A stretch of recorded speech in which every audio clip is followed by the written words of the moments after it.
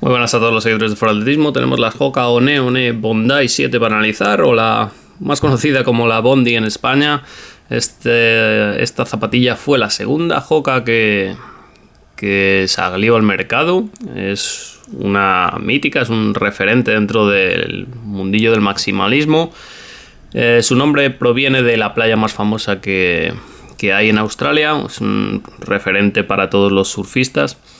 Es una zapatilla, como digo, referente en el mundo del maximalismo, pues porque es el paradigma de una zapatilla maximalista. Muchísima amortiguación muy blanda, altos perfiles, zapatilla muy amplia. Y lo cierto es que siempre ha sido una de las zapatillas más cómodas que hay en el mercado desde que salió hace ya 7 años. Es una zapatilla que ha ido cambiando levemente, siempre ha mantenido más o menos el tacto y las características, pero como digo, ha ido mejorando y adaptándose un poquito a los tiempos que corren y cómo van cambiando. Es una zapatilla de 33 milímetros de perfil en la parte trasera, 29 en la parte delantera, un drop de 4 milímetros. Y es una zapatilla también bastante ancha, de las más anchas del mercado. Tenemos 103 y medio en la parte trasera, 90,5 milímetros en la parte media y 121 milímetros y medio en la parte delantera. Como veis, una zapatilla tremendamente ancha, es una zapatilla voluminosa y es una zapatilla también alta. Lo cierto es que no se nota como una zapatilla inestable. Si bien es cierto que tiene bastante recorrido de amortiguación, no es una zapatilla que se note muy inestable.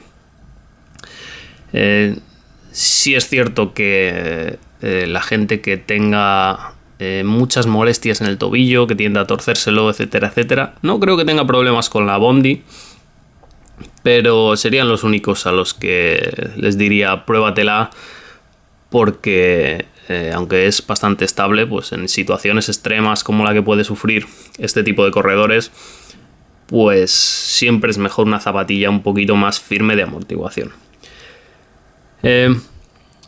Como en casi todas las Hoka, el pie va embutido dentro de la media suela, iría más o menos reposando en esta zona, y eso lo denomina Hoka Active Foot Frame, y la verdad es que es uno de los elementos que aportan mayor estabilidad, ya que se sujeta el calcáneo dentro de la media suela y nos da esa sensación de estabilidad bastante grande. Como todas las Hoka, lleva una media suela de EVA comprimida y moldeada, una CEMEVA, y es bastante blandita. Son 47 grados de dureza. Como veis, es bastante blanda en todos los puntos. Y además cuenta, si nos fijamos bien, cuenta con una geometría bastante bien pensada para un corredor neutro que talonee. A pesar de ser una zapatilla de 4 milímetros de drop y con contacto continuo con el suelo, tener un chasis ligeramente en balancín, esta zapatilla está muy bien pensada para la gente que talonea. Si vemos este corte, esta segmentación tipo acordeón que vemos en el talón externo, esto se hace para facilitar el aterrizaje en esta zona.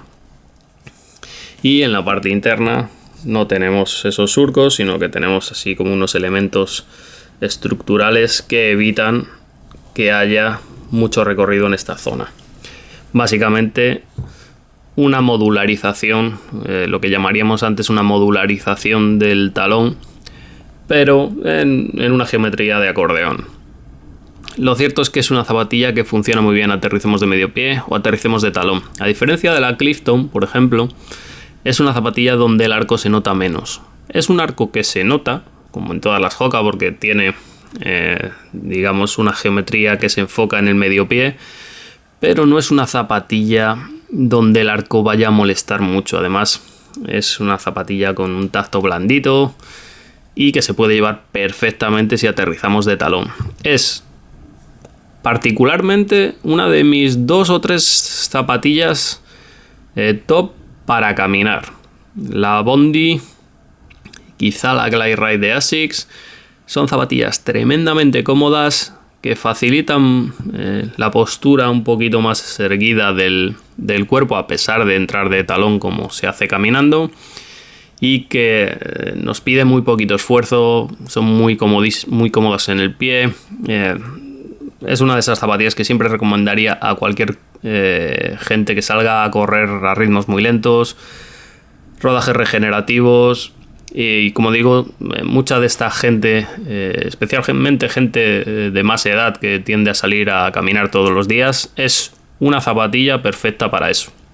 A pesar de todo ello, es una zapatilla relativamente ligera, son 303 gramos de peso y se mueve relativamente bien en ritmos más lentos de 4.30. Hasta 4.30 se puede ir bastante cómodo con ellas. Pero como digo, sobre todo es para tiradas largas, tiradas regenerativas, después de competiciones, después de días de series. Es una zapatilla perfecta. Si busquáis una zapatilla con muchísima amortiguación y muy cómoda, esta zapatilla es espectacular. Hablando un poquito de la suela, como veis bastante cubierta para ser Hoka. Solo dejan la parte central interna, que sería la zona por la que el ciclo de pisada no pasaría. Y es un caucho de 80 grados de dureza. Es un caucho que no tiene mucho relieve, pero bueno, vemos algún taquito un poquito más pequeño en esta zona que favorece el uso en terrenos con un poquito de tierra, en tierras de parque, etcétera, etcétera. Y con taco más alargado en la zona externa para dar un poquito de estabilidad y durabilidad. Es una zapatilla que funciona bien en tierra, es una zapatilla que funciona muy bien en asfalto seco. En asfalto mojado resbala un poco, pero bueno, como casi todas las zapatillas. Pero es donde sí que tendría cuidado, sobre todo en zonas lisas, aceras, etcétera, etcétera. Es donde sí que tiende un poquito a resbalar. Más cosas. Al ser una Hoka, el chasis curvado no está marcado en esta Bondi. Sí que es verdad que tiene un poquito de biselado en el talón y que tiene el Early Stage Meta Rocker, pero es un Early Stage Meta Rocker muy prolongado. No es muy marcado, no se eleva rápido y en poca distancia, sino que es más progresivo. Eso sitúa al pie en una posición menos agresiva a la hora de hacer el despegue. Para la gente con una musculatura en el pie o los tendones menos acostumbrada, digamos, es mejor este tipo de geometrías. Además, para la fascia va muy bien porque la horma es, si bien es cierto que se cierra un poquito aquí, es una manía que tiene Hoka que no me gusta nada, pero al ser tan ancha permite que el primer meta tenga más espacio, y al tener más espacio y poder moverse, la fascia puede relajarse un poquito. Además de eso, el repunte menos marcado también relaja un poquito la fascia, ayudada por un poquito de arco que tiene. Es una zapatilla muy buena para la gente que tiene fascitis. Es mejor la Clifton para eso, generalmente, pero esta Bondi funciona muy bien si tenemos ligeras molestias en la fascia. Cosas que han cambiado con respecto a la versión anterior. Básicamente el upper es un upper un poquito más moderno. Si bien es cierto que las primeras sensaciones daban una imagen de un upper un poquito barato, entre comillas, pero lo cierto es que es un Engineered Mesh de doble capa. La capa interna es bastante resistente y cerrada, y que lleva muchos refuerzos verticales. En años anteriores veíamos los refuerzos longitudinales y eso no ayudaba a reforzar esta zona, que es donde se une el upper y la mediasuela, y tendía a romperse. Suele pasar con uppers que no tienen refuerzos verticales, sino refuerzos longitudinales. Es un fallo que siguen cometiendo algunas marcas. En esta Bondi lo han arreglado y de momento no tengo ningún problema ni hay ningún síntoma de que esto vaya a ser así. Con corredores que tiendan a pronar o tiendan a hacer mucha fuerza en el primer meta, tengan los dedos en garra, suelan romper los uppers, pues habría que ver. Lo podéis dejar en los comentarios si tenéis alguna mala experiencia en ese sentido.